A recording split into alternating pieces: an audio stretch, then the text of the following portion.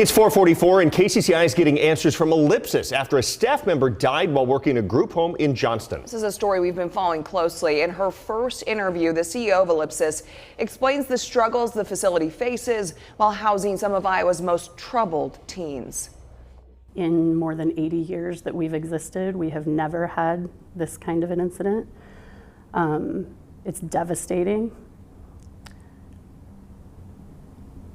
Ellipsis CEO Chris Copeland holds back tears when talking about the death of her staff member, Kathleen Galloway Menke. The 50-year-old single mother died in May after investigators say a teen who lived at the group home assaulted her. You know, we're responsible for the lives of our kids and our staff all day, every day. And so helping them through something like this is hard work. It's the right work. It needs to be done.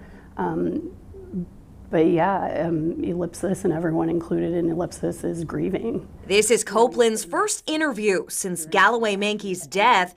She says Ellipsis is cooperating with the Occupational Safety and Health Administration and is conducting its own internal investigation into what happened on May 8th. 15-year-old Jovan Mathis is charged with second-degree murder for allegedly shoving Galloway Menke, causing her to hit her head on the pavement. They had threatened Mom a couple days before this had happened. Galloway Menke's oldest daughter, Chloe Williamson, says she quit working at Ellipsis about a month before her mom's death because of violence and threats from Mathis. She believes Ellipsis did not do enough after learning of the threats. What can you do to ensure that every staff member who comes to work at Ellipsis is safe?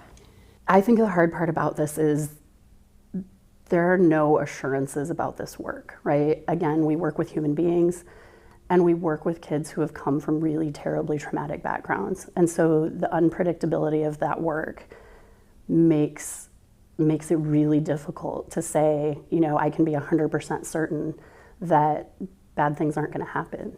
Ellipsis provides foster group care to around 100 teen boys at the Johnston facility. Records show police were called there nearly 1,000 times in the past 3 years.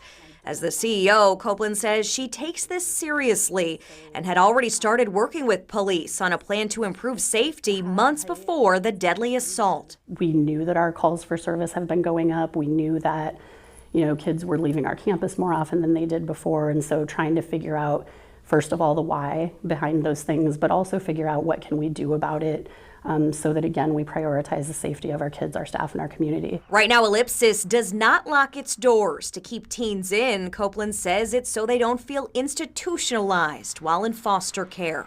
These kids come with so much trauma. Are they getting individualized therapy, individualized medication, individualized care? Absolutely, absolutely.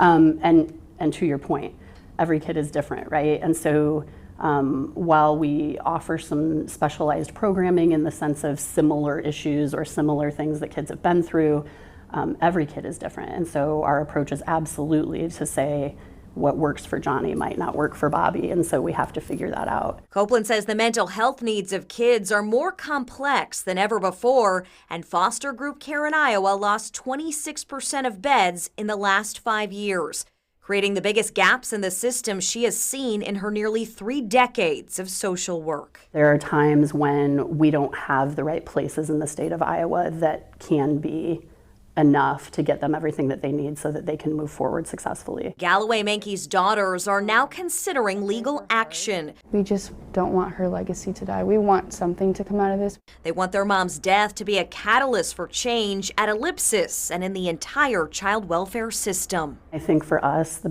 best thing we can do to honor her is to fix the things that are broken in the system, to continue to care about these kids, to continue to take care of our staff. And that's our intention. Copeland says in 2017, the state added a clause to the contract saying group homes like Ellipsis cannot reject or eject anyone. That's because in other states, teens ended up being housed in hospitals and DHS offices. So Ellipsis really has no choice but to keep everybody, no matter how violent they are. You can find more on our investigations into Iowa's emergency youth facilities at kcci.com.